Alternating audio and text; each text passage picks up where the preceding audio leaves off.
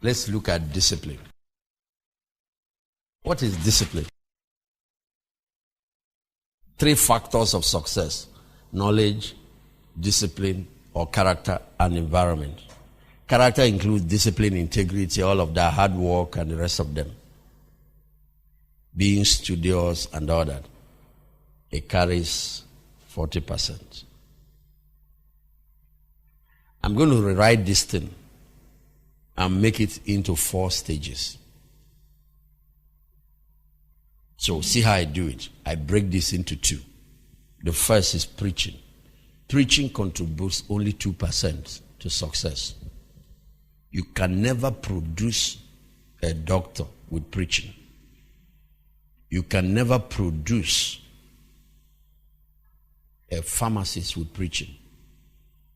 You can never produce a carpenter with preaching. In what people become in life, preaching only contributes 2%.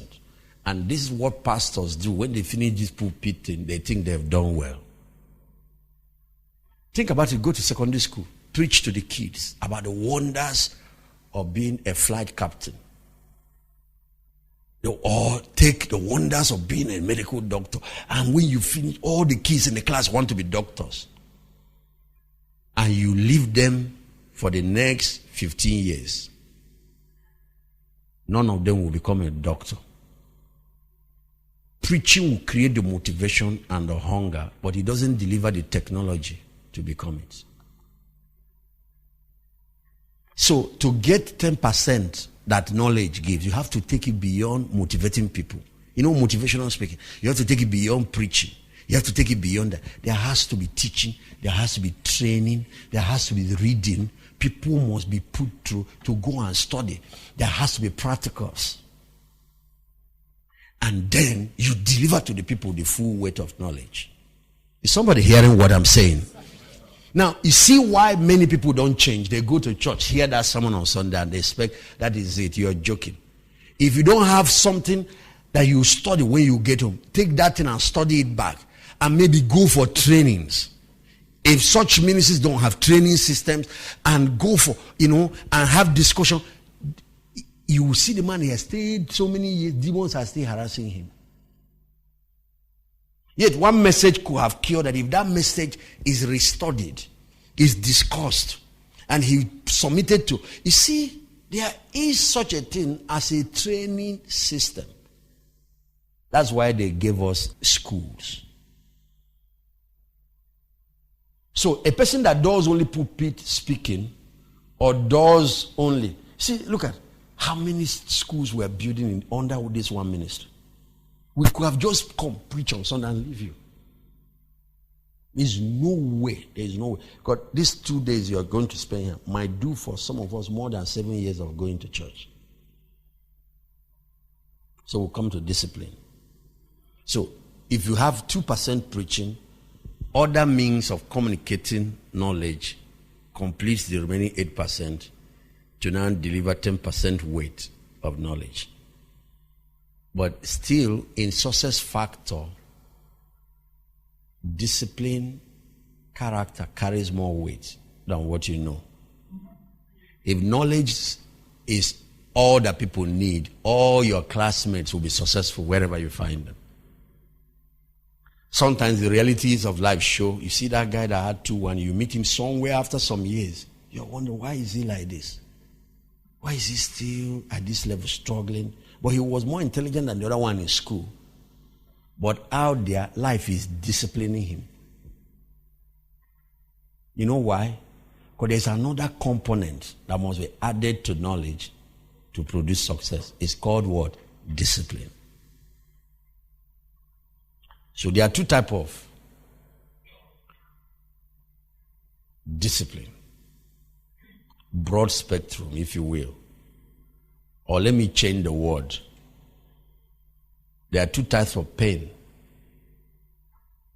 Discipline is not, whether it's self or external, it's not like watching TV. It normally disturbs your comfort zone. Am I correct?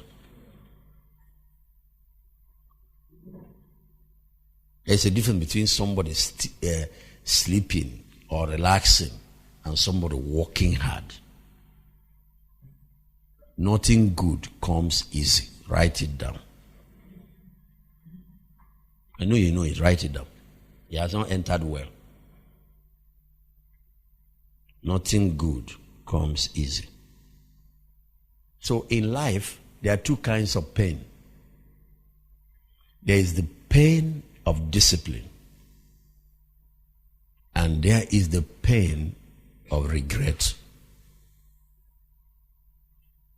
There is the pain of discipline on one hand, and there is the pain of failure.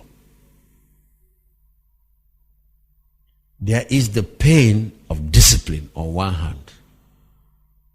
There is now the pain of externally imposed discipline. Let me put it another way. There is the pain of discipline on one hand, and there is the pain of circumstantially imposed discipline. The pain of discipline is 2 grams of pain. I can even tell you 2 milligrams, but 2 grams. But the pain of regret is 2 tons of pain. The pain of discipline, yes, there is pain, a little discomfort, but it's something I can handle, like reading my books, settling down to attend lectures. But the pain of regret, 9 years have passed. I don't have a degree, and now I've been thrown out of school without a degree, and now it's following me because I can't get a job, and now the girl I would have loved to marry refuses to marry me because I'm jobless and all that, and now I'm still trekking. After 15 years I should have been a graduate, and now I can't even pay my rent, and now see the effect, all the problems just one thing is causing for the person. That's why I'm here now, taking all this insult, working in this kind of place. Because then I didn't see that's sitting down to attend lecture, sitting down to do my practicals, sitting down to read my books. Even though I didn't like it, but it was like 2 grams of pain compared to what in discipline causes me. Okay, the pain of discipline. Speed limits. You know when you enter express, you just see road like this. Then you look at your speedometer, the thing is just like this. So you throw discipline away. You take off. But then, 2 legs broken. Your legs are hanging in orthopedic. The pain of controlling yourself, obeying traffic laws, even though you wanted to get to where you're going fast. That little thing, compared to now, the whole year your legs are hanging on this thing, and the pain is dealing with you. And then after spending 1 year at orthopedic, they release you. You are now in wheelchair for the remaining 15 years. Or you are going to maybe have iron in your body. You can't walk well. You have to use crutches for the remaining 15 years. Compare the thing and tell me if there is comparison. Okay, look at another one. Holiness. Yeah. Without holiness, no eye shall see the Lord. You can't sleep around. You can't drink around. You can't party around. God put some restrictions. Sex should be exercised within marriage. You say you don't want it. All these pastors that are just trying to keep us from having fun. I'm a young man or young woman, and everything is standing. This is the time I can enjoy myself, enjoy my body. Then all of a sudden HIV hits. And now it takes away. Compare it. And then there is regret for remaining life because I could have prevented this by just. It's just waiting. No, it's not that you are not going to have the same thing, or have it within the right context. Any area you like, compare it. Because you're young now, you can eat anything you like. The disciplines you're committing in your youth with your body comes to knock on your door to look you in the face in the latter years of your life. There's a lady, anytime she cries for me, I've prayed for her because she has heard that I've prayed for people without womb and they got wombs. But it's only 3 since I started doing ministry. And she's among the other ones that didn't get 98% that never got. And I prayed for her. Really asked God, give her a new womb. She had a womb. She really did wonders with her body. And I remember preaching to her. Those days she was just anything. Now she's finally married. She's born again. But there's no womb. Initially she tried to have pastor advise her, tell your husband the truth. She was afraid that he might leave. But finally told her the man is a Christian man. He decided to stay with her. But they kept believing for miracles and all that. Recently the family started giving the man some advice that you have to do something, can't. So he's beginning to listen to that. He's kept a girl somewhere, furnish a flat just to have babies for him. He will tell you that he still loves his wife, but he has to have. So she will come, she will be everything. You try to teach her faith. Forget about what you have done. Jesus has covered. Her mind will always. He said, Pastor, you don't understand how many babies I've killed. And now look at the same me looking for. He said, I get pregnant like water. I just removed it. The same me now is looking for just one. Only thing I'm asking God is one, not even 2. Girl or boy, I don't care again. So, like you have come here. This part of what we are trying to create is artificial pain. Just artificial discomfort. Artificial, because the real thing is that you're going to have a system of discipline with you, in you, that will take you through life. The only thing standing between you and the greatness God has shown you is in discipline. The Holy Spirit has been showing you this future. You have been seeing it yourself. What you can be in life. The only thing standing between you is in discipline. Let me get us to think about it this way. We go to church, we hear sermons, we don't practice it. We buy books, we don't read it. You go to your shelf, you see books, and some of the things that trouble you are inside the pages. We buy tapes, we don't sit down to play it. Then there's another group that won't even buy it. We go in prayer, we make God promises, we won't keep it. We make resolutions during our birthdays or New Year's, we won't keep it. If you check the things you're repenting of this year, they are the same thing you've been repenting of last year. And they are the same thing you've been repenting of last 5 years. Nothing good comes easy. There is no shortcut to success. Success demands personal discipline. You have to choose whether you want the pain of regret or you pay the price of discipline, which is a small pain compared to what the other one will cost you. The man that is in hell for unholiness, he compares it with that small girlfriend, 15 minutes pleasure is collecting, that sends him to hell. Can you compare the two? So the holiness that will bring a little discomfort, stay with your wife, and eternity in hell. Is there any comparison? No. Because the pleasures of sin are for a season, but they finally fill the man's mouth with gravels. What is the cause of the weakness of the church, the impotency we see in the church today? In discipline. What's the cause of so much disorder? And the Pentecostals are worse for it.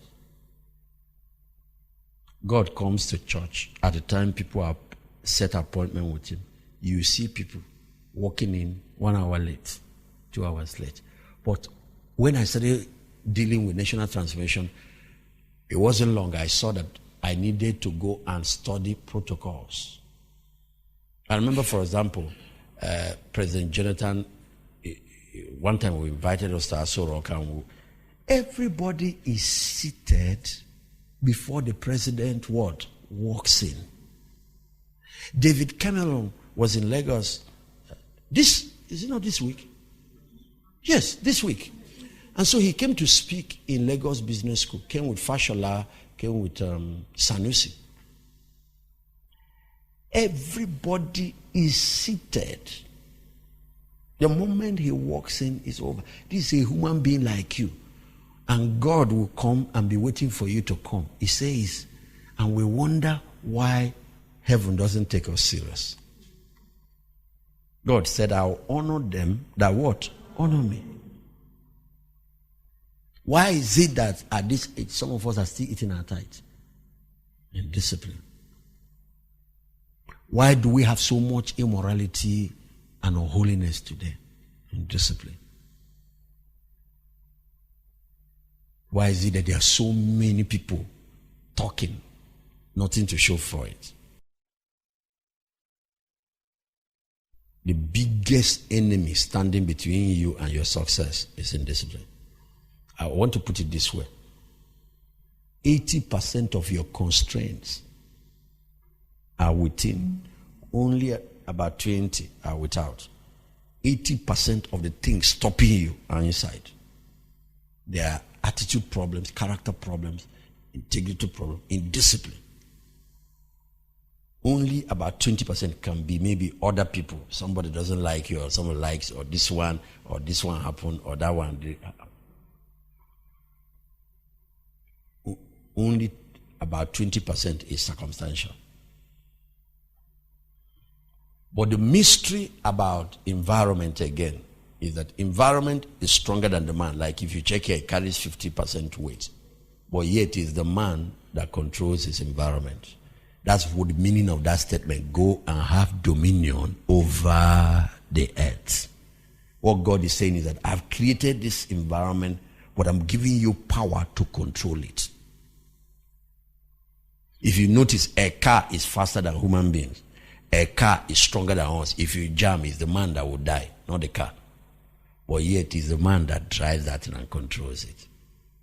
An aircraft is far much faster than us. We can't fly, but it can fly. There's so many things it can do. An aircraft can lift 300 of us and take off. Of course, Airbus 380 can carry up to 700 people. They even said if you make all the seats economy, that you can carry 800 and something people. That's more than 8 luxurious buses. Let me check where. Luxurious buses carry about 50, 55 maximum, 56. So if I use 50 times 8 is what? 400. So it's still, even more than 10 luxurious buses filled with people, it's still 560. One aircraft carries 800 and takes off on air, plus all the bags, and be flying across ocean. Now, as powerful as it is, it's stronger than us. It can do what we cannot do. System is stronger than man, yet it is man that create and control systems. A gun is stronger than you. Bah! The man falls down, is dead. You can't use hand to collect the bullet. Yet, who controls the gun? Who pulls the trigger? So, what is really the most dangerous person on earth? Is he the gun or atomic bomb? It's not atomic bomb, it's man. Who created the atomic bomb? Who will detonate it? So, that's why when you see war, the evil thing we are trying to control is not bomb, it's human beings. It's human beings. Evil in men is the problem of this world. The evil in man. The evil in man is the problem we have in this world. Write this statement down. Without discipline, you are going nowhere. No matter how much knowledge you have in your head. Let me mention some types of indiscipline. Just some. Dirtiness. Dirtiness. Number 2, laziness. Number 3, mental laziness. You won't read. You won't study. You won't play it. You won't go for training. Mental laziness. Number 4, lateness. Number 5, talkativeness. Number 6, prayerlessness. Number 7, planlessness. Just rush out. Everything. Can't sit down to plan, to set goals. Sit down to think. Think through something. I don't know what the number is. I'll just keep listing. Carelessness. Number 7, lawlessness. I think it's probably number 9 or 8. Lawlessness. Number 10, disorderliness.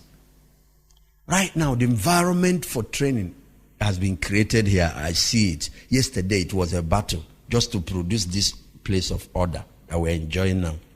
People will play their foot. People will be walking up and down. Just an environment is stronger. That thing hinders 50% of what we needed to accomplish. We're in the same room, but we have created a different environment for learning by introducing order. Quarrelsomeness. There are people like that. That's their own. Wahala. People. If you love them, you're in trouble. You hate them, you are in more trouble. Recklessness. Another one. Looseness. And there are believers like that. Very loose. Don't have comportment in their life. You see a girl that is, and you can be raising a child and you start noticing that tendency. You have to curtail it on time. Not when she comes back with pregnancy before you see it. Then lewdness. Lewdness. Some people, it has an aspect of it that is seductiveness. Some aspect of it is, you see some people wear this, do lo and behold, and be showing these things. The teachings of the Bible are against it. We need to restore the salt.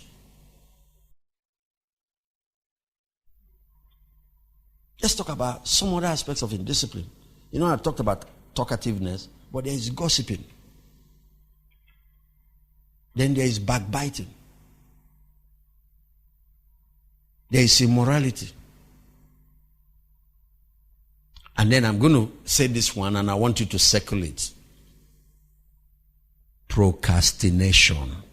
The reason many people have not seen the dream, they keep pushing it away, pushing tomorrow what can be done today. Then there is stealing. And all his brothers, including tapping. You take what is not yours. You did not get the permission of the owner. And then after, he stays with you. You may not be an armed robber who will use gun, but you are his brother. There is rebellion. Anywhere there is discipline, there is submission, there is orderliness, and there is seriousness. Take note of those 3 things.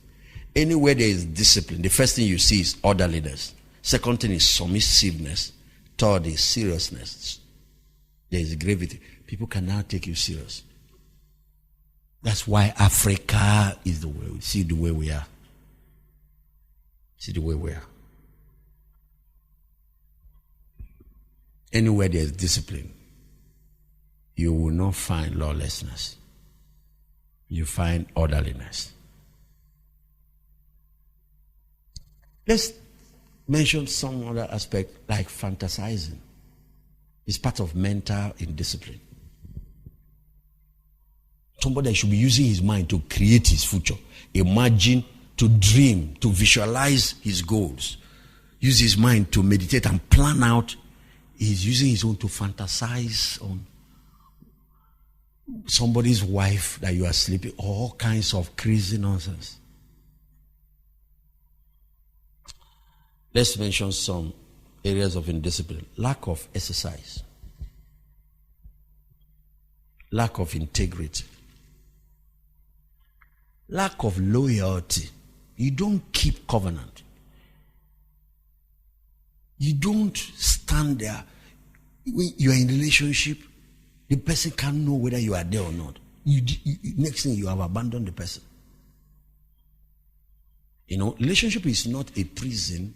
You leave relationship because the relationship is actually a corrupting influence on your life. Instead of, that's a different thing. You know, evil communication, corrupt, that part. But loyalty, ability to keep covenant, to keep trust. You should go to the grave with people's secrets and nobody will hear it. Just like we tell God all type of things and nobody hears it. That's how you should be. Lack of accountability. Nobody can talk to you. Lack of savings. Living above your means. That's one of the highest form of indiscipline. Write it down. Living beyond your means. That you can't buy something today doesn't mean you can't have it tomorrow. Just because somebody has, you go and push yourself beyond. Reckless spending. Recklessness in spending. Lack of manners. Lack of consistency. You start things. You start things, but you abandon it. You won't finish it. There are some of us, that's what is hindering our own progress. So it's not that we don't start things. We always get gingered up, we'll start. We leave it halfway. After the year end, we look, we have not made progress. We don't have the consistency, the persistence to finish projects or things that we initiated. Lack of cooperation. Some people, it's only them. But when there is need to work with a team, they lack the ability to. They don't know how to work with others. So they become lone rangers in life, and that is one of the laws of failure, because you can't build your dream alone. You can't build your future alone. Lack of submission. Lack of self-control. Let's mention some more areas of indiscipline. Because you can just say indiscipline and people won't know where they are getting. Overeating. Bible has a word for it. It's called gluttonity. Bible also talks about over drinking. It has a word for it. Drunkenness. Now that doesn't mean I'm telling you to be drinking alcohol. But even if it's Coca-Cola or anything that is done in excess is bad. Oversleeping. Overspending. Overreaction. Some people are so sentimental. Over small thing, they will take it. And the damage, it could be a relationship that will, like say, a major to they damage that thing. Overindulgence. And I'm going to mention this one. I want you to circle it. One of the highest form of indiscipline is irresponsibility. You blame every other person. You blame your uncle for your failure. You blame the devil. You blame, but you never take responsibility. The truth is that 80% of your constraints are within. They are not without. If you take care of that 80 within, you will succeed. Even if you don't change the 20 without.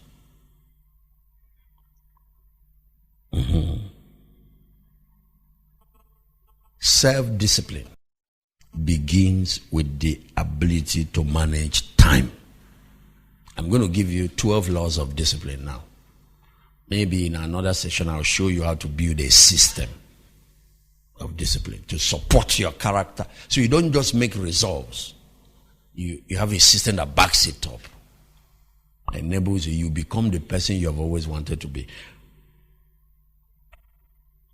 Let me mention these 3 components of discipline. Number 1,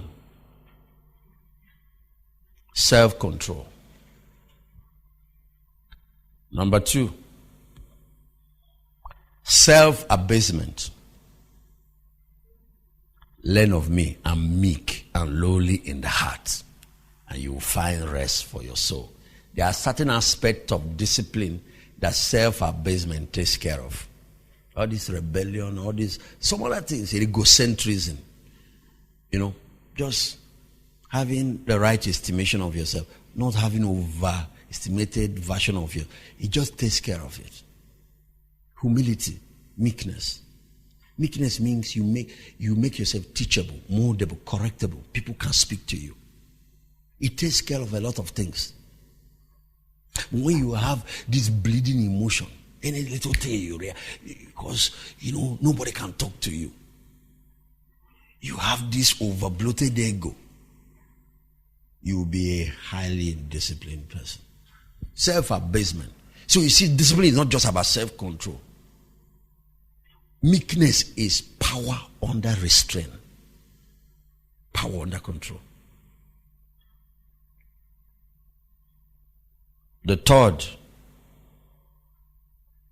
is self-renunciation. This one balances excessive ambition, excessive appetite, because there is discipline even in your appetite. Not that people don't have vision. Self-control, self-abasement, and self-renunciation. It takes care of selfishness. The third one, the greatest enemy of discipline is self, or the flesh. Over-pampered flesh. Over-bloated ego. Self-centeredness. Selfishness. Self-indulgence. Selfish ambition. When it's self. I think I need to say this. Discipline is the ability to conduct oneself well. There are a number of definitions. Discipline is the ability to follow rules and order. Discipline is also the ability to follow system and processes. Things that are systematic, to follow through how it goes. Like stop at the traffic light, when it turns, whatever, you continue moving. And discipline will tell you, go on. And then you might go that day and escape. Another day, as you do, a car is coming the other way, you hear, accident. Or another day, it might be a policeman, they catch you. Then that time you think you are saving, they'll carry you to station, you burn the whole day. By the time you finish paying, plus the money you waste another, you tell me which one. Waiting for that 2 minutes or 3 minutes, and then this whole whatever, you have wasted the whole day.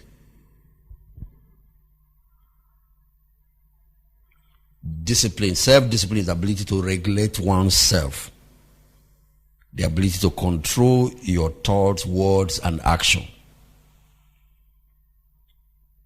Discipline is also the ability to submit to constituted authorities. And it's not just government or police, everywhere. In the family, marriage, husband. In the family, parents. In the society, police, traffic laws. In the classroom, teachers. In the church, pastors and all of church. Everywhere there is law, there is authority everywhere. You don't like authority, you have to get out of this world, because it's everywhere. You get inside the aircraft, the air hostesses, they tell you, put on your seatbelt. You say, who is that small girl to talk? Tell me what to do. They will have to tell you what to do, unless you want to get out of that flight. Switch off your Discipline means you follow order. Anywhere you get to hospital, the doctor, if you like, be president, or when you get there, forget your Abuja or whatever you are and follow the procedures. Anywhere you are, there is order. A disciplined person appreciates order because they know the importance of it. It multiplies the productivity of both individuals and communities. Discipline is also the ability to follow through on a project, to stay with something till you succeed or you finish it. That thing about abandoning things halfway or starting things, not finishing it, is in discipline. Anywhere there is discipline. Anywhere there is discipline, there is no limitation. There is no mountain that cannot be conquered. There is no problem that cannot be solved. What people need is discipline to remain consistency in application of knowledge, what they have learned, and they will get the results. It's like here now, you have learned things. It's what you now do with it that will decide. A few years from now, you will see people who are actually living revelation, living examples of what they have learned here. You see them achieving result, producing. Then you see some other people, they will look like they didn't attend this kind of training. It will be like they didn't get this knowledge, but they did. What is the problem? The discipline of execution. Let me mention types of discipline, for example. There is moral discipline that has to do with the character, like issues about holiness, like issues about not running around with women. There are all kinds of things involved in that. Issues about integrity, issues about not taking what does not belong to you. Moral discipline. There is the discipline of execution. This is the discipline of taking action, being a person of initiative, not just sit down and be dreaming dreams and be living in a world of fantasy, realizing that until action is taken, dreams will never become a reality. It's also there is a discipline of follow through, not just follow up, follow through. To start something and see that thing to its logical conclusion. There is spiritual discipline, like prayer life, like fasting, like your devotion, morning devotion. And if you miss it in the morning, let's assume you have to rush out, you create a time in the day to balance it. There is marital discipline, like submission. Like not harassing your wife in the presence of a third party or your husband. And so on and so forth. Like respecting the boundaries of your marriage. When you're a married person, stop behaving like you're still a single. Carry girls around anyhow. Even if you're not doing anything, you're creating problem. You're living on a disciplined life. Discipline imposes boundaries and restrictions. But which one do you prefer? The pain of indiscipline or the restrictions that discipline imposes? Which is only 2 grams. It pays you so much than that lawless life that calms your destiny. Any liberty without limitation is bondage. Write it down. Any form of freedom without restriction equals to bondage. It produces back bondage. No matter what it is, like you look at your sexual liberty. You can decide to now do whatever you like with it. It will finally put you. And you know, when the pain of regret comes, it takes all the rights away. For example, a man that will not control his appetite, keep eating, and now he has diabetes. You know what the doctors finally said? You can't eat sugar at all. He could have been eating it, but eat it in moderation. But now he is banned for eating it at all. The one that maybe is overspeeding and he will obey traffic law or just keep. Now they say you can't even drive at all because your spine is this or your leg is. They can only carry you. It takes away the liberty completely when you exercise liberty without restraint. The one that will not learn discipline to earn a decent living, he carries gun. When they finally catch him, they incarcerate him in prison where he's not even allowed to now go wherever he likes. They've removed his liberty from him. There is mental discipline. I don't know if I've mentioned that.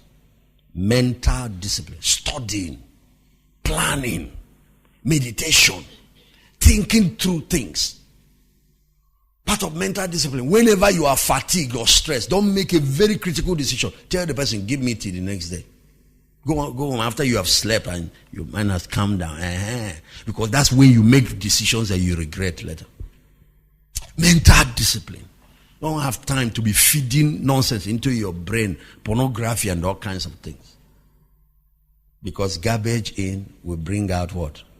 Lead to garbage. There's physical discipline, exercise, dieting, things that have to do with your health. There is vocational discipline, like punctuality to work, like hard work,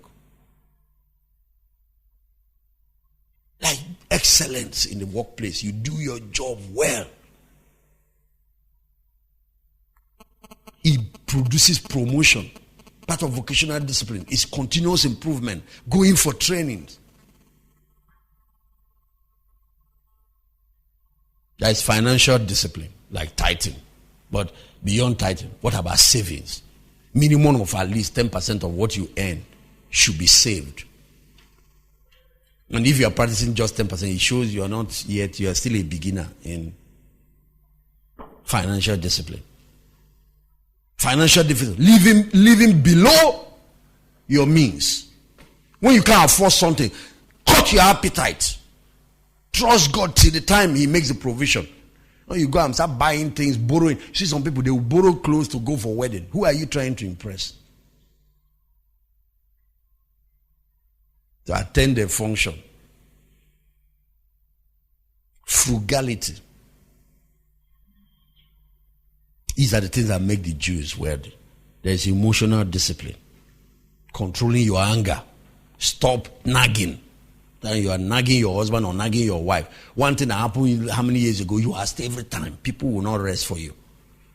Exercising your frustration on other people. Control your emotion. Then there is aspect of controlling your passion. All these your sexual hormones that run. Control that thing. Put it under. Put the scripture for me. 1 Corinthians chapter 9 verse 27. Start from verse 25.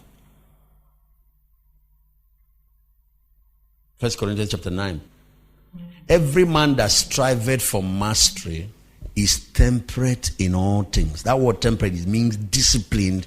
Anybody that wants to be successful or win a competition or become outstanding. This is the key to outstanding success. Is temperate in all things. Now they do it to obtain a corruptible crown, but we an incorruptible crown. Like the man that becomes Olympic champion, the man that becomes boxing champion, the man that becomes, world champions in football. And those people, they wake up 4 a.m. They have to run around the field. Then they start practicing. They have to practice goal kick so many times, hundreds of times to be able to become perfect. So that day, the whole world is watching you. Stadium is filled. You do it, you get it. It's not guesswork. It's a product of practice. It's not just those hands they hold and do prayer. It's when you have cultivated discipline, you have mastered your art. You now pray. Grace will join you in it. You perform everybody. I therefore so run not as uncertainly. So I fight not as one that beats the air. Look at verse 20. But I keep my body and bring it into subjection, lest that by any means, when I have preached to others, I myself should be a castaway. I put my body under subjection. Physical discipline. I control my appetite. Then there's verbal discipline. Controlling your words. using sound words, avoiding lying, avoiding backbiting, avoiding gossiping. Stay away from character assassination. Even if your profession is making joke, you can be the type of comedian, you make people laugh, but yet nobody can say you corrupted his child. People can bring children to your comedies, and the family will be. Some people, they are so vulgar and filthy with their mouth. Learn how to talk to people. There is social discipline, like manners and other. You are not living alone in this world. You are interacting with other people in a culture, in a society, in church. So there are etiquettes. There are things that are acceptable way of behavior. And there are boundaries in relationship. You have to learn what some of this is. Some people don't know. Because somebody just made you his friend. Next time you are arriving in his house, you just walk to the kitchen, open food and say, hey, the degree of liberty you have with people, you have to be sure they are giving it to you. There are people that don't know anything about boundaries. And that's how that door closes.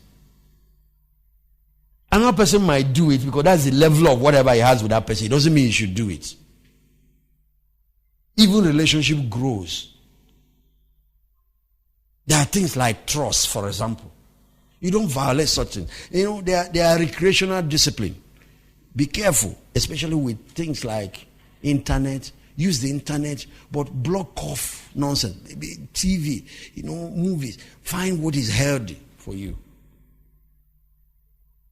If you search, you will find them.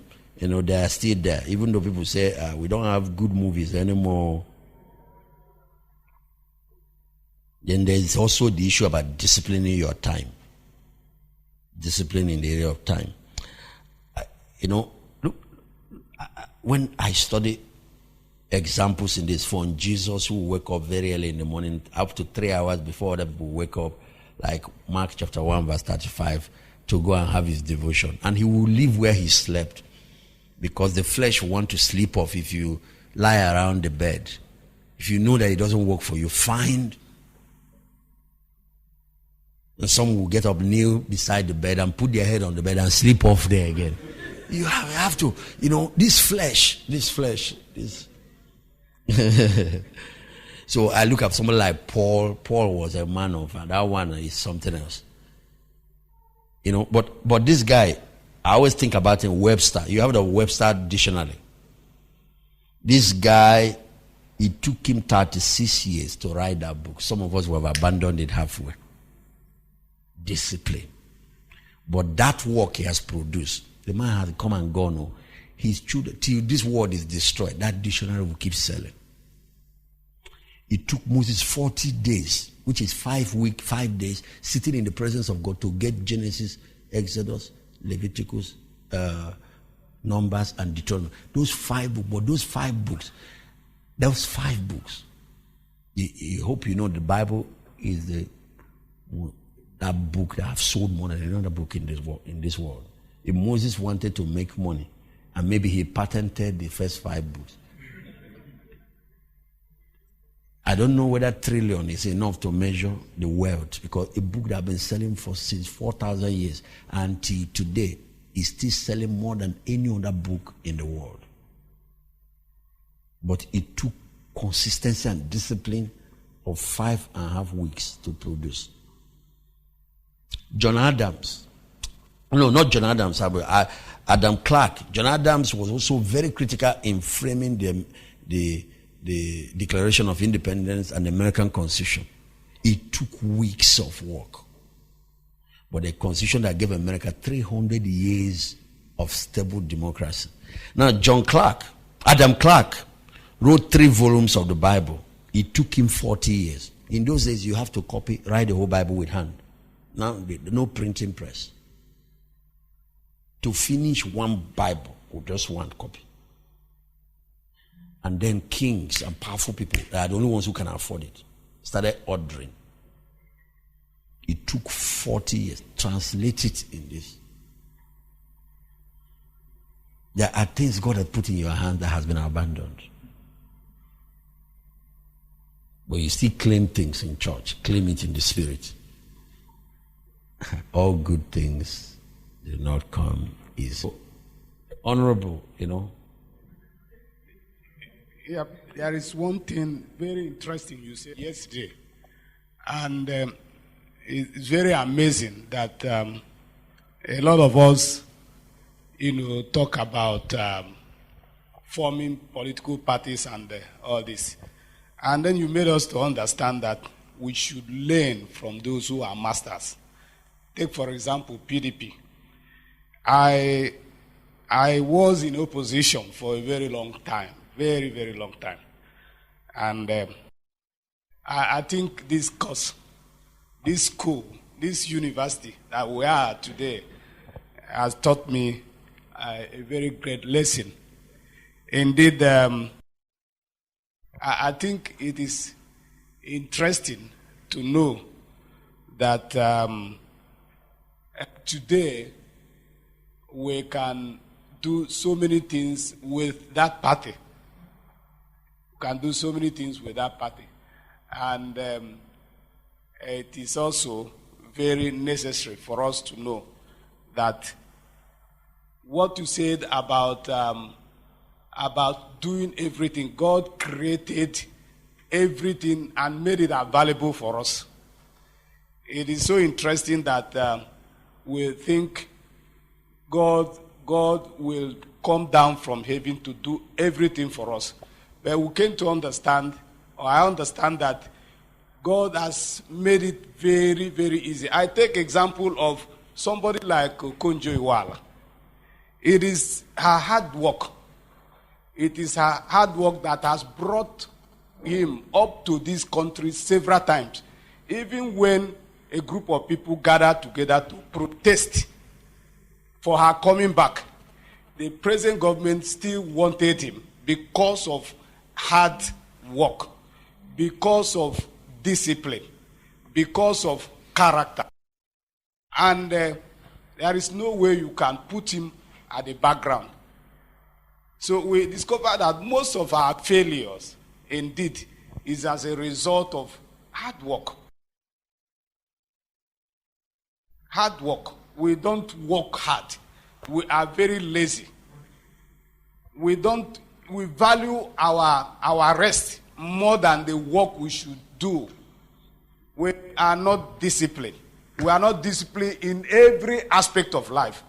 Honestly, we are not disciplined. In the church. And he said a man, he's been a party chairman, I think once or twice at state level.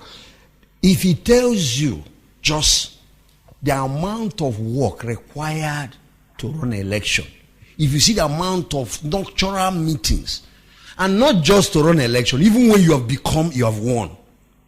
Do you know that there was a strike that was supposed to happen this week?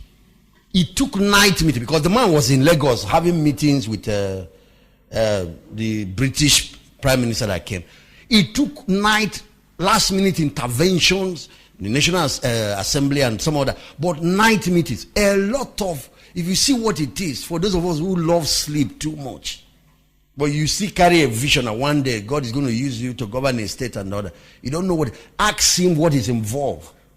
Pastor, I was robbed of the primaries simply because of loyalty. And somebody else who was not spending any money got connected and was servicing the relationship, and the nomination was given to him at the platter of gold. And then I came to understand that loyalty is also very, very important. Very, very important. If you are in a system and then you try to neglect the powers that be, you can get what you want and use it to do those things that we are teaching. But first of all, be loyal. Be loyal. Be very close to them and get it. It is not necessary to start doing like this when you are not there already. Thank you, sir. You know, those of you who have... Clap. This is a good place to clap. Let me give you two examples.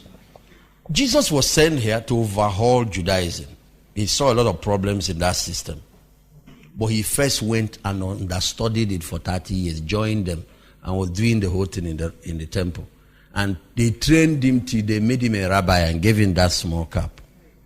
It took 18 years to get that cap for him. When he now got it, he had the authority to speak to their highest caliber.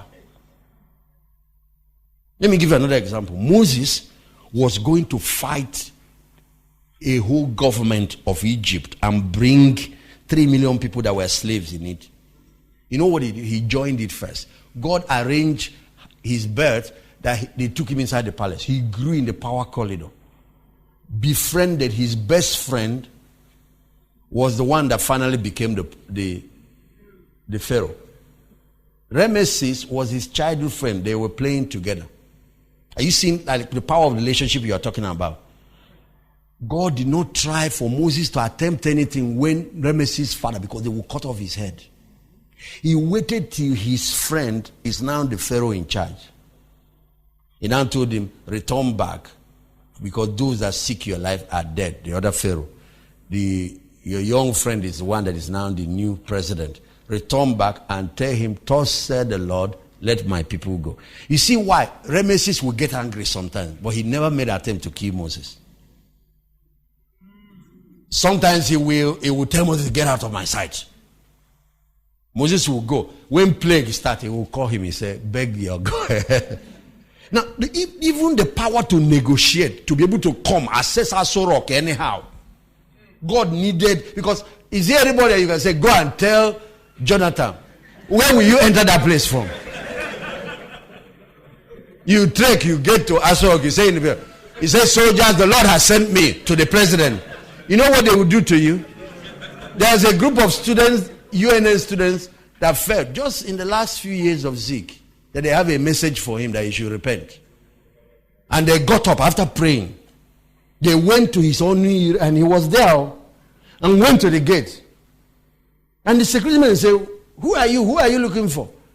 He said, we want to see the Ogbueli of Onitsha. He said, why do you want to see him? He said, we have a message from God. God said we should come to tell him. When they finished beating them, if you see how they said, the Lord will judge you. They used gun and gave them further. Have you seen how God, to position Joseph to be the one that will help Pharaoh, he put him in a position first where he built relationship with two of the closest advisors of the man. And it was when those guys went to prison. So that prison detour was just to enable a man a whole 2 years to build a strategic relationship. Meanwhile, the man saw it as it just delayed my progress. But God knew that there is no way, no amount of magic will just carry him there and put him there. That it is relationship that will strategically take him to that place. And God did not care in all these relationships, whether it's Potiphar or Pharaoh or Nebuchadnezzar, whether they are saved or not. Some of them were even declaring themselves God. They were all occult men, but he didn't care. He brings his man to grab what he's grabbing, because human beings are leverages. Let me also say this. There are two principalities that govern this world. The third is irrelevant if you master these two. First is the principle called God. Second is the second principle called man. If you handle these two well, you don't have to bow to the third, which is Satan. You can succeed. You know what we see in Pentecost? I don't need any man. It's only God that I need. You will suffer in this earth. When you finish, you learn. Just like you have spiritual principles and natural principles, you have spiritual principle, God. If you master relationship with him, you don't need Satan. Here, you have natural principle. Every place you enter on earth, somebody is in charge. Anything God is going to do for you here, he's going to use somebody. You use somebody to parent you. Did you fall from heaven? You use somebody to bring you here. Somebody carried you 9 months in his womb. Somebody paid your school fee. Somebody everywhere. Somebody is your teacher in school. Somebody is your pastor in church. Somebody is your this. Somebody is that. If you play with that principle, you're going to have major problem in life. That is why the 10 Commandments is broken into 2. One tablet contains how to relate with the unseen principle. The other tablet relates with how to manage the seen principle. If you manage the 2, you have success here. Jesus put it this way, that managing successful relationship with your maker and managing relationship with your neighbor is what it takes to succeed here.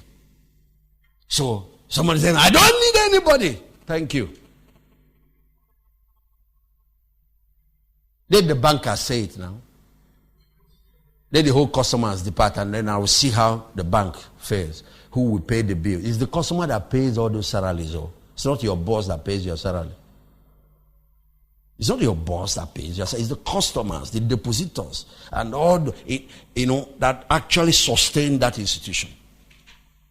Stop saying you don't need anybody. You need somebody. You need strategic relationships. You need prophetic relationships. I was teaching our pastors in Lagos. I said, for example, this honor that we give in ministry. Listen, it's not just so that God can bless you.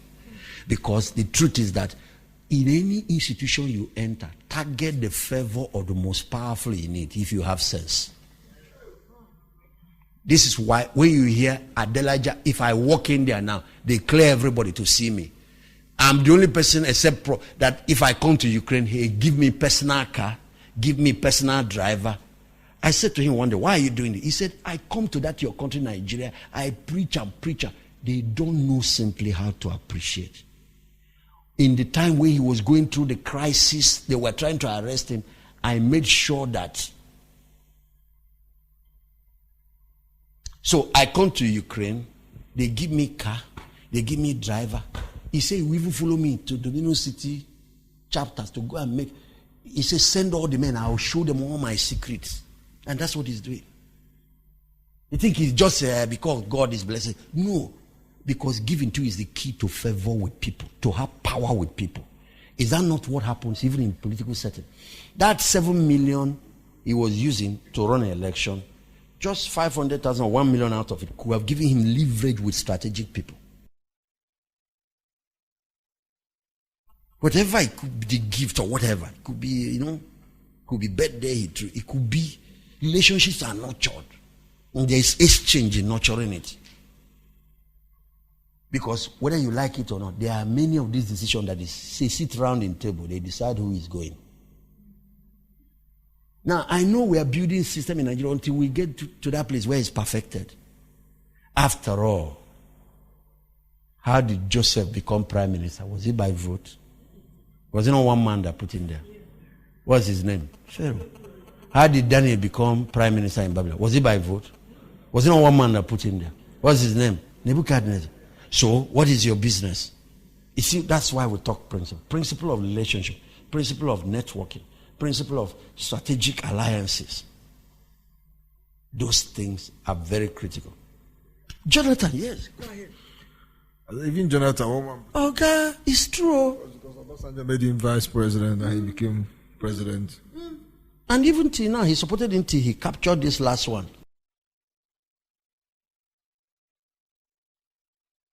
Are we still on track? Eh?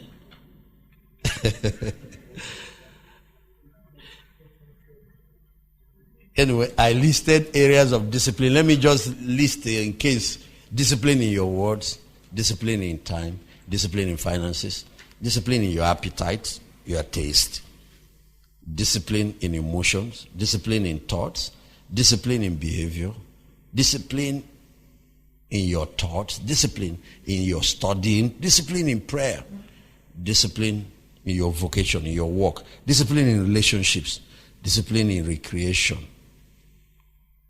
even discipline in driving, discipline in planning, even discipline in parenting. While you are telling your children to behave well, make sure that you are also showing the right example, because the children will do the one they see you doing more than the one you are telling them to do. discipline in exercise of authority. As you grow and you are gaining more authority, he said, a wise person exercises it not more than 20% of the authority he has. When you are given authority, make sure in exercise of it, don't go beyond 20% of it. He said, the less of power you exercise, the more of it you have. When you are given power, like policeman, because you have God, so now they will put you behind back because you shoot somebody with that thing. So when you are placed over people, exercise also restrains in there are pastors who just curse people because they have spiritual power. Yes, I know. There's a minister I know had a growing church of 1,000 there, but he kept cursing. He cursed his wife, cursed all his children, curses all the pastors in the church. And if you see the curses he lays, they are terrific. He started cursing members. Finally, the church reduced to 150. When I heard it, it's just cost managing people because the congregation is internal customers. The ones they are yet to win are the external customers, managing the two. But he uses cursing too.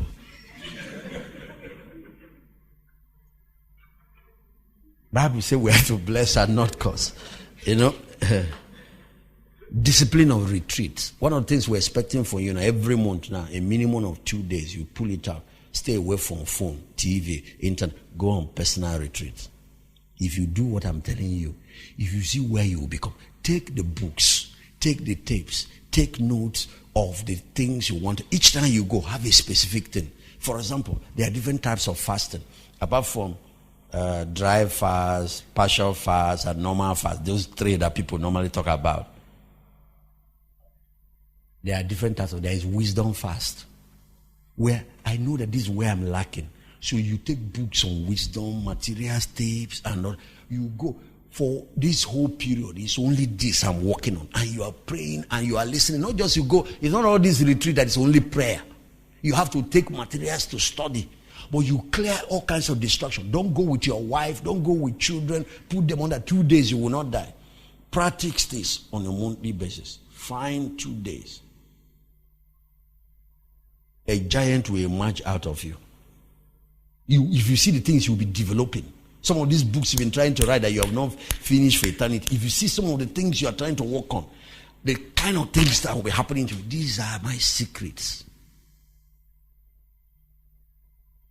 A man produced 5 books, Genesis 2, that is still for 4,000 years just because of a few weeks of retreat.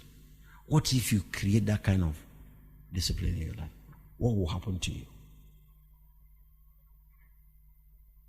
So that period you take down to plan to, because there are some of you that are going to build companies, that are going to build things, but developing of processes and fleshing out a plan, it's not a joke. Planning is a skill, but it's also a discipline. Discipline of exercise, discipline in traveling. Like anybody who wants to be a pastor, you have to curtail traveling. It's one of the areas of discipline that affects church growth. And when you travel, you make up your mind that you must return to your base on Sundays. If you want a church to grow, the people need to see the pastor on Sundays. The leaders can afford not to see you because they are the ones you spend extra time and do training for.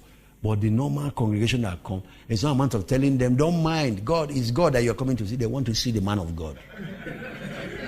Did you see when Moses overstayed on that mountain? The people didn't see him. What happened? They made a golden calf. You know, some people want to copy me. Pastor is doing national transformation. You should have built your ministry to that level before you can start jumping up and down. You will kill. At the end of the day, you will be empty-handed. It takes a minimum of 3 years of concentration to produce a stable church. If you miss your Sunday service, don't miss more than a month in a year. You know what I mean? 4 times. And it should not be consecutive. That is rules. These are principles of pastoring. It's different from an evangelist. Somebody who does programs. But I'm not talking to PCG, I'm talking to you, because you're going to pastor something. You're going to pastor satellite church. You're going to pastor NGO. You're going to pastor something. That thing requires consistency. Okay, 3 keys to discipline. Number 1 is to make concrete resolutions. I have always said it, you may have heard me say, whenever you get a revelation, make a commitment to match. When you learn something, at that point, you should make some decisions, concrete decisions. So this is how I take notes when I sit in seminars and anything. I turn my notebook from the front page. I take my notes from there and be coming. Then I go to the back and I write decisions. I write the topic I'm listening to and key decisions. So I keep taking the note because in the course of listening, some things are hitting by inspiration. When it hits me, I go there. I must do this. When I leave the conference, the decisions are the first thing I go to revisit, not even the notes. Because they are the concrete things. So don't just take notes, make PowerPoints, key things you want to do as a result of what you are learning. Because it is that discipline of doing, of execution, that separates people from others. Those who become champions from those who just learned. So concrete decisions. You want to change certain areas of your life, you have to make the decisions. Some of you, God has stuck, I'm preaching or teaching now, He's telling you, or your spirit is igniting, create a page where you are writing those things. After, you have to go and sit down with them, and now you set goals, build a system that will enable you to do it. Number 2, you don't just make resolutions, you build restraints. You make concrete restraints. What do we mean by that? Put some limitations on your life. Put some restrictions in your life. I've told you that liberty without restriction equals back to bondage. Put some restrictions on your life. Don't wait for somebody to do it external. Create rules for yourself. Set boundaries for yourself. If not, your potentials will waste away. Do you know that all this AC is producing cooling here? That if you remove these boundaries, these walls now, their effect is neutralized. Every potential without boundary is completely neutralized. Even in ministry, you can't help everybody. I have got invitations this week to last for the next 3 years, every week. Of all those invitations, because I did a conference for African pastors from every country. Of all those invitations, it's only one that I took. Because that one related with the assignment we were given. Only one. It takes a lot of discipline. If not, you just take off. I'm inviting you to this, inviting you to this, inviting you to this. You'll be going. I have an assignment. I'm not called to do it. I look for the things that relate to it. And so concrete restraints. The last is systems. Concrete systems. A plan of action. You don't just make decisions. A plan of action. How you are going to execute this thing. And even with time when you are going to start. I've said this monthly retreats now. Every month, take 2 days and go. Even the person that is practicing just 1 day, he goes, takes away from family, wife, children, switches his phone, and practices a whole 24 hours with God, with materials, with books. He's better than the one that is not doing at all. Over a long time, he's going to achieve tremendous results. There are all kinds of fasts. There is wisdom fast. There is power fast. If you notice that anointing is your problem, go on fast, focusing on that. Take books by, on the Holy Spirit, on Good Morning Holy Spirit, and the other things, things that will relate to that. You can fast on authority. You go this week, it's authority, this authority of the, they've been teaching it in the air. Like, why is it that when I'm rebuking demons that are coming, you go there, anything you give attention becomes powerful in you. After a while, you become an authority in that place. There is, character fast. Where I go, this is my problem of talkativeness. I have repented, but it doesn't seem to. I'm going to work on it now. and you set goals. Even I've gone on retreat for 2 days, then you set goals, restrain on your tongue over a period of time. And we'll show you how to do it. We'll show you. It's one of the exercises. One of the exercises. So you make laws for yourself and create a way to enforce the laws. For example, Pastor Sarah used to like ice cream a lot. So I put something, I said, there's no problem with this ice cream thing, but just anytime you put a spoon in the mouth, 30 minutes in the gym. So after a while, ice cream stopped becoming a problem. So each time you put, you go. You put, you go. So put restraints, put laws for yourself, and put rewards and punishment. For example, TV for me is when I've accomplished the work of the day, I can now get an hour or two. Good. But I have not achieved what I'm doing for that day. What is my business? Buy newspaper for me, I will get the news or whatever is happening. Interesting program, let it wait. You have to have ways of, doing this thing. And when you notice that you have done well in a season, reward yourself. That's part of it. Don't wait till you achieve your whole life goal before you know you've done something. Amen. There are 12 laws of discipline. I don't know if you can take that. I think you want to take it? There are 12 principles of discipline. Okay, let's do it fast. I will see if we can, Yes, it's part of mental discipline to stretch your mind. But before I give it to you, let's relax you a little before you start writing OP. Let me get some commentaries on the one you have had. Get me Mike, who wants to comment on this discipline issue. Have you gained anything on that? Somebody wants to, Sir, I have a concern and I want to understand it a little further. And borrowing my own personal experiences or example. I lost my mom quite early in life, and my father followed suit some time later, and there were 5 of us, all girls. But the little time we had with them, there were certain disciplines that they instilled, which for us was a non-issue. For instance, you wouldn't come back from school with anybody's pen.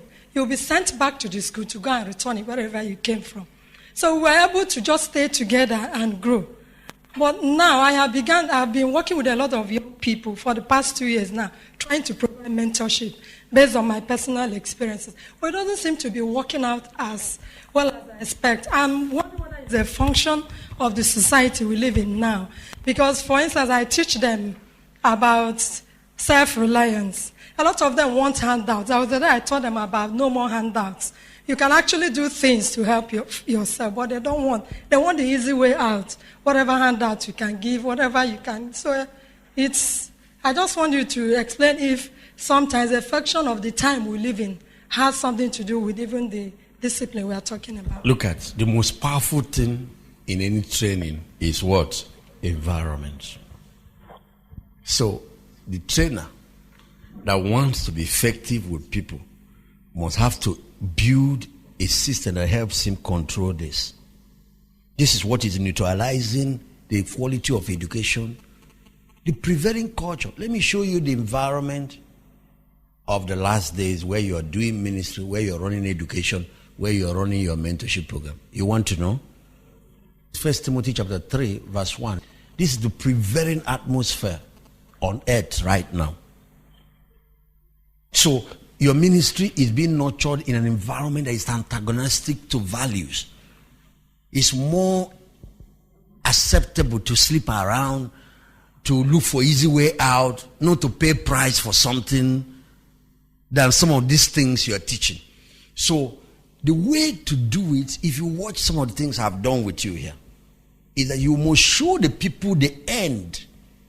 The reason for all these hassles, disturbance you're giving them, if you show them a compelling vision, how they're going to have an advantage over others, a better future for them, you said the only price is this process. They will bend down to follow it.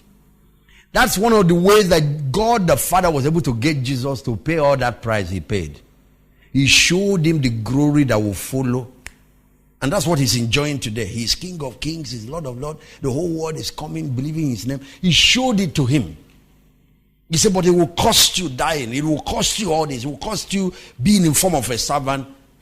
So if people do not see the end, they won't yield to the process. The only reason, like yesterday I was talking about circumcision coming, his blood will flow. The only reason a patient will come and sign that form is because he knows that health. He's going to live longer. He's going to regain this pain that is troubling him will now stop. That's why they stayed. That's why you two stayed here. Not because you like discipline.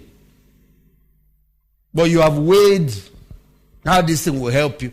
So if you don't show people that, you don't get cooperation. Second thing I do, because I work with the youth, and that's how. After I've shown them, they now start saying, yeah, I want to go. I get their permission. They have to give me permission to discipline them. Realizing that what I'm doing is for their good. You know, the coach comes and says, get up! It's time for exercise. He says, oh, somebody cannot sleep. What is this in every 4 a.m.? In my house, I sleep till 8. The man said, are you still interested in playing in World Cup or not? He said, I'm interested. He said, this is the prize. Okay, you now go. That's when you relax. Okay, this thing is how the Maradona, the Peles got there. Okay, if it's that, no problem. Not because the flesh likes it, but because that there is no other road to success. There's no shortcut. Those ones that are cutting corners, you will see now. So look at the environment. Know this, that in the last days, perilous times shall come. Men shall be lovers of their own selves, covetous. You see, greed.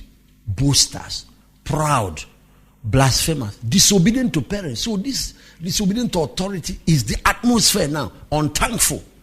If you need to laboring for them, one day I tell you, what did you even contribute to me? Say because unholy.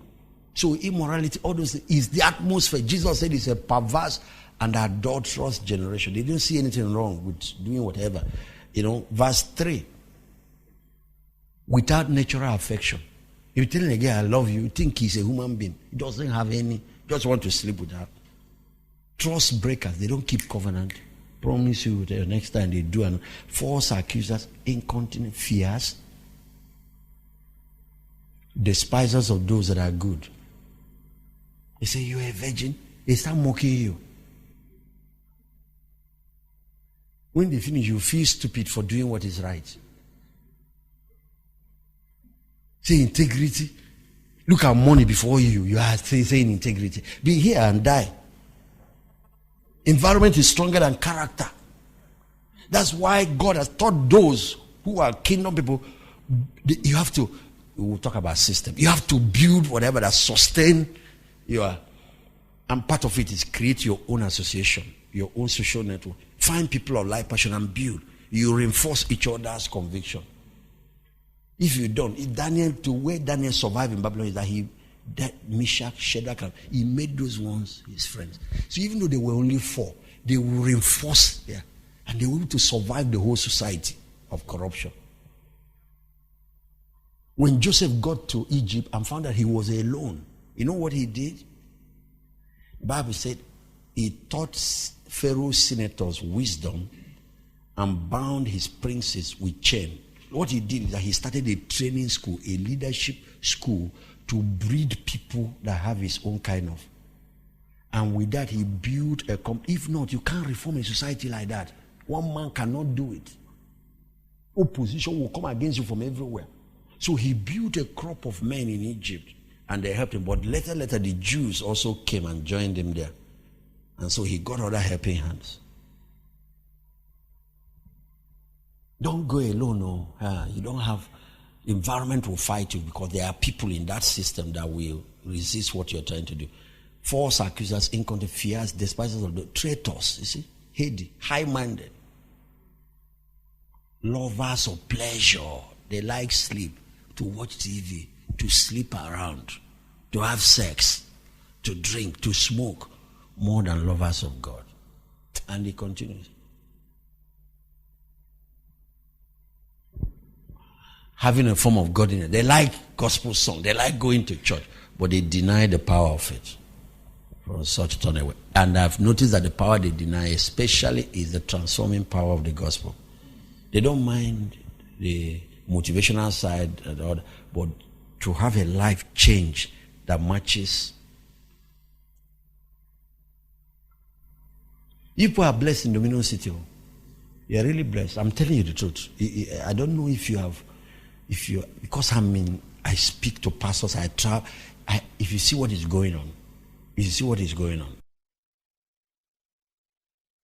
But there's a course we do here. We call it the Rules of Reformation.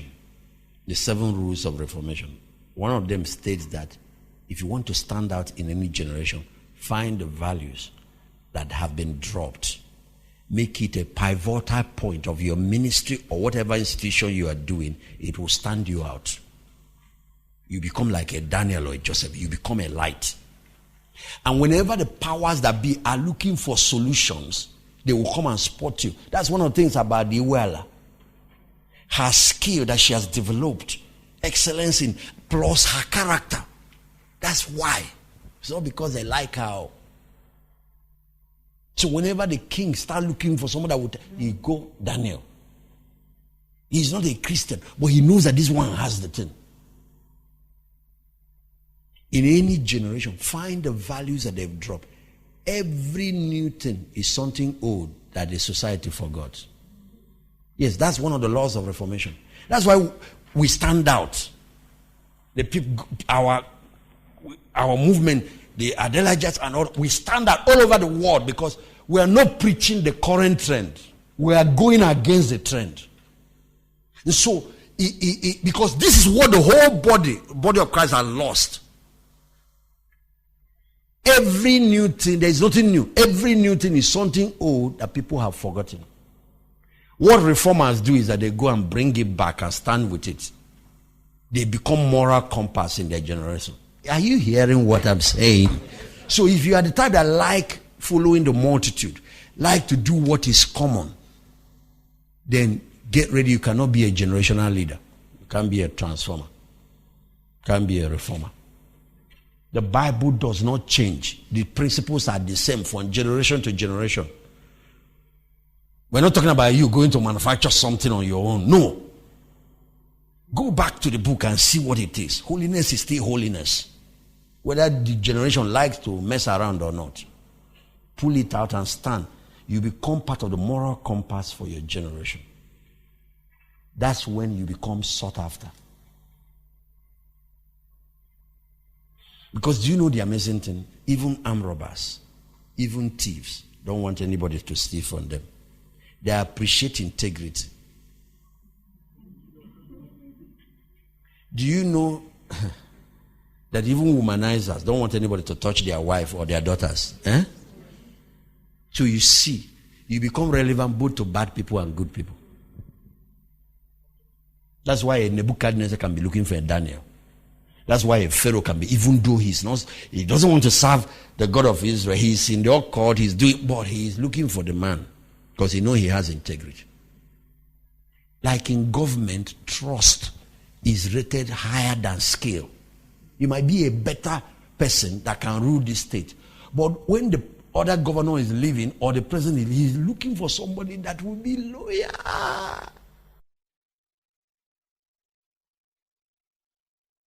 Loyalty. So you see, character weighs more than competence. But character without competence is also a problem. Because who will hire you for your foolishness? Nobody has that time. Because you're a holy person. Holiness alone is not enough. But tell me, an effective accountant, but that is a thief. And the one that he doesn't have I can yet, but your kobo will not miss. Which one will you prefer? Which one will you put in charge of your money? Eh? Because that other one that is very skilled also has skill to float your money away skillfully, and you won't even know when. And probably has enough skill that even if you go to court, he has enough skill to defend himself. He has legal. And one day you come back, you see what is your own in another man's hand. He's collected it. He will just prepare documents and come to you when you are stressed up. You are about to go. Okay, you need to sign this thing. This thing is too urgent. Just sign. Just don't worry. I will take care of the rest. Just put your signature here. Put it here. You put without reading. Tomorrow you start saying, he says, sir, what is he saying? Are you not the one that signed this thing? Why are you blaming me for this thing? You approved it. He said, when did I approve? He said, look at your signature now, sir. There are people that are very... That's why the devil is not somebody you... Don't call the devil foolish. Foolishness is one thing he is not. Okay, write the 12 laws of discipline. Number 1. The first law of discipline is time management. Discipline begins with the ability to manage your time, because aggregation of time is what they call life. Once your time is up, you are gone. So as time is passing, it's life that is passing. It's like somebody that is running fuel. You're burning a gen, or you're driving your car, fuel is passing. That's how time is passing, and your life they pass, or So when you add up time, you say that is life. That's what life is measured by time. So the first thing to gain control of your life, you gain control of your time. The second law of discipline is to limit your freedom. Create restraint for yourself. Put yourself under boundaries. Put yourself under boundaries. Create restraints. Billy Graham said the reason he's known as Mr. Integrity in America is not because he is stronger than other preachers who fell, but because he created a boundary that will not allow him to do certain things. Like he would tell you, he would never carry a woman in his car unless his wife is present in the same car. He said, somebody now asked him, what if you meet a sister or a lady in a night on the road that is abandoned there as good Samaritan? Are you not supposed to? He said, 2 things will happen. I will give her money to charter a taxi. Or if I have to carry her, I will invite another person inside the same car. He said, the strength of sin is secrecy. The strength of evil, secrecy.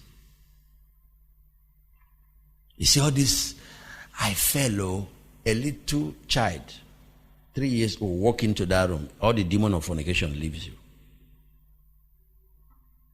That tells you, stop creating room for the flesh.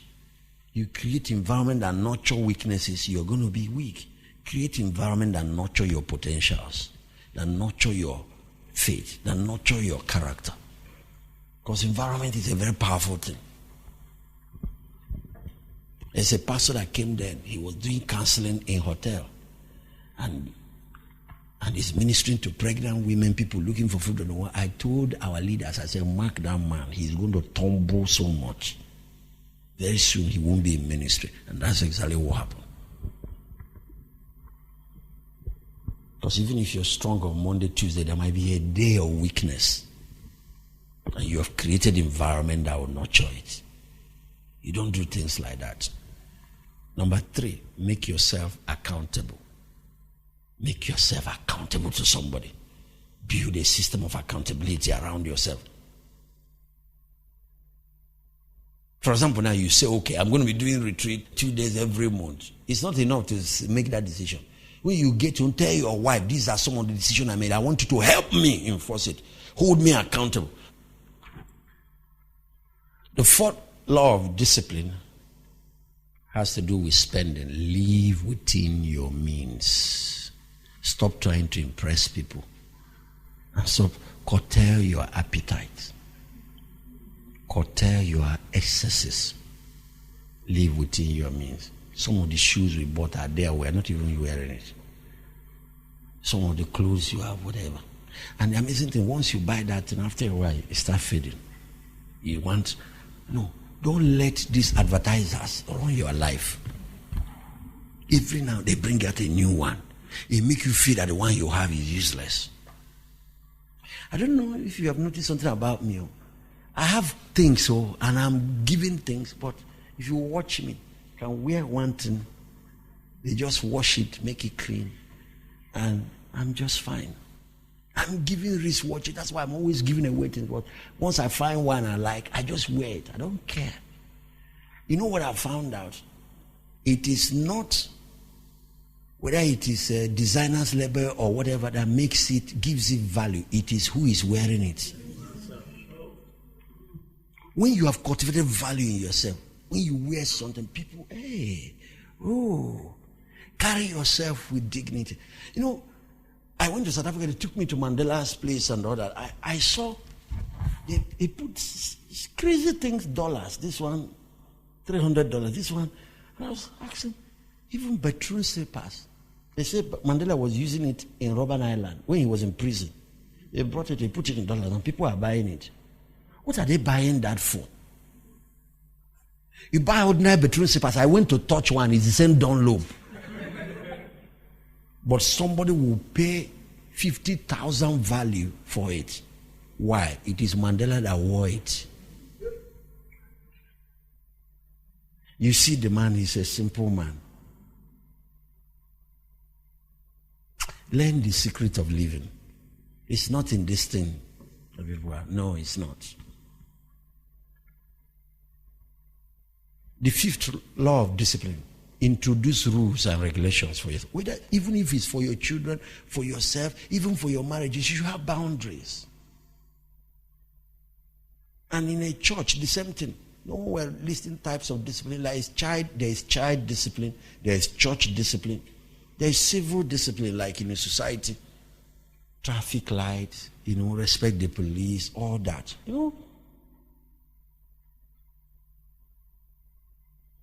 What is the next number? 6th or what? Internalize moral values and principles. Listen to it, meditate on it till it enters inside and it governs you from inside. Like the lady was talking about what the parents inculcated inside them. Internalize these principles. It might not be overnight, but you can change bad habits by cultivating good ones. He said if you do anything consistently for 30 days, it becomes a habit. The 7th law of discipline is learn to do the things you don't like that give you the success that you want. The philosophy of discipline is learning to do what you do not like or forcing yourself to do the things your flesh does not want to do. Like prayer, like waking up early, like curtailing things that may be sweet in the tongue, but they are not helpful to your health. Like exercising. The flesh doesn't like it, but those are the things that make you. One of my pastors said, you have not told us all the truth. How you work so hard and you're still healthy. I said, I exercise every day. Once stress has built up, I go to exercise. The other one is that when I rest. I rest. I sleep like a baby. Failures like to do only the things they like. They only do the things that are easy. They only do the things that they enjoy. Failures like to do only the things that they like. They only do the things that are easy. They only do the things that they enjoy. But if you live like that, you will conquer nothing in this life. You must learn to force yourself to do the things that you need to do, even though you may not like it. You need to force your flesh to comply, even though you do not want to. That is one of the laws of this. That's what Paul meant, but I put my body under and put it under subjection. The 8th law of discipline: create daily routines. Daily. Whatever he said that you have to build it into your daily plan, after you practice it over time, it becomes a habit. When a particular discipline becomes a habit, it doesn't look that hard anymore. And to make it that way, you have to build it into daily or weekly. There are some things that might not be built into daily, that might be weekly, like retreat. Now I've said monthly. Can't be doing it every day. Okay, 9th, don't try to please everybody. Learn to say no without feeling guilt. One of the laws of failure is to try to please everybody. You can't. The 10th law of discipline is planning. Plan things before you take action. Every minute spent in planning saves 10 minutes in execution. And that time you should have spent in planning, you ignore, will waste more time for you when you start. Learn to sit down to plan. 11th, set self-improvement goals. There are 2 major types of goals. There is accomplishment goals. Goals, I'm going to build a house, I'm going to buy this car, I'm going to do that. That's good. But also set goals for growth. I need to get this degree. I want to attend this DLI this year and I must finish it. I want to attend this course that will help me become a better person. Also set goals for yourself. I must master this character area. I must master this area. The 12th law: fight procrastination. Never leave for tomorrow what you can do today. Procrastination is a sign of indiscipline and is one of the greatest enemy of destiny. 13th law: make initiatives. I'm trying to give you 14 now. Learn to take action. The only way dreams come to pass is when you wake up from sleep. You have to wake up and go and do something. All this daydreaming and all that, you have to take action. You have to take action. Be a person of action. Be a person who initiates things and a person who also finishes things. Did I mention that law? Follow through on everything you start. That's the 14th law now. Follow through. Not just follow up, follow through. Stay with it till it's done. And finally, keep the promises you make to yourself and to God. The key to discipline and integrity is not necessarily trying to please everybody, but when you make commitment to yourself and when you make commitment to God, keep it. Once you start learning to keep the promises you make to God, when you give people your words, it will stay. There is a principle of discipline that says, learn to underpromise and overperform. Learn to underpromise and overperform. Don't come and make commitments you cannot keep. Rather, surpass the commitments you have made. I'll touch the first one I mentioned and leave you with it. Time. How do you define now is the beginning? How do you define now? In this environment, now is anything between 30 minutes and 2 hours. In Lagos, somebody will call you, say, I'm coming now. You wait 1 hour pass, you have not seen him. 2 hours pass. When you get there, you say, you told me you are coming now. You say, traffic. Why don't you say, I'll be with you in about 2 hours?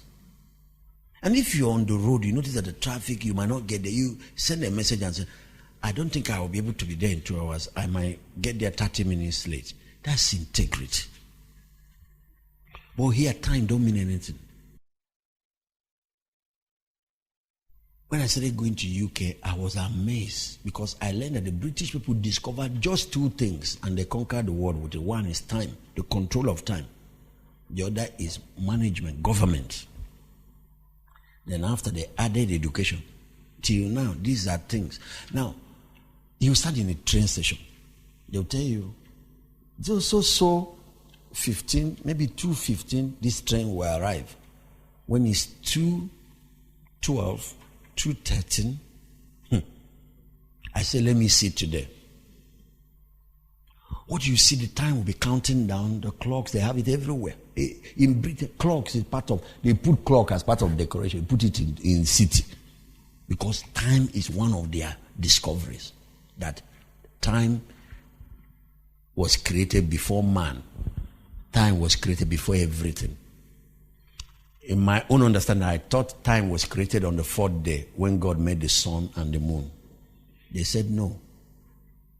That from the very first day God said day, night, the first day, it tells you there was already time. If not, you wouldn't know which is first day or second day. That time is one thing that was there before you and before, and it takes care of everybody. So that if you learn to master it, you will gain control of your life. You will have dominion here. And so I will stand there and be watching. I said, let me see today. So I start counting now. Next thing is 5 seconds or 10 seconds to the time the appointed that train arrives. The door opens. As people are stepping out, you see that thing finally wind down to the exact. I said, what kind of people? And this thing is carrying millions of people, yet it delivers on time. Anytime there is any reason why they will not be there, they announce it a day ahead or hours ahead so that people will know. Put the signs. Precision. Precision. So you see, you come late to things. You don't finish your work on time. Stay a little late and finish that thing. On weekend, get the extra sleep you'll be losing. Or find some time during the day and take additional 1 hour. Yes. I learned that those of you in hospital, sometimes doctors, they have a room where sometimes they go to just take a nap, maybe 30 minutes, 1 hour, to be able to continue. What? Call rooms. You know? So that's how it is. The last I normally put there is build a system of discipline for yourself. Write it as the last. We'll show you how to do it later. Build a system of discipline for yourself. This part we looked at carries 40%. Is the one that makes people do the first part. Take note of it. When you live here, that's where you have the highest battle. Yourself. 80% of the constraints are inside. And that's where the flesh will fight you. And whenever you find yourself dropping again, don't worry, pick yourself up and stay back on the course. Stay back on the course. After a season, your system adjusts. Don't go back to mental laziness. I see you doing tremendous things. I'm telling you. If you see what God will do with you, these are weapons He's been waiting to put in your hands, and they are coming now. I see a future that the enemy cannot stop. When a man lives by principle and by discipline, the devil cannot do anything about him. There's nothing you can do about him. There's nothing. You can't stop him. Can't stop him. You will start seeing your dreams come to pass. Whatever. But remember, it will cost you discipline. It will cost you hard work. God bless you.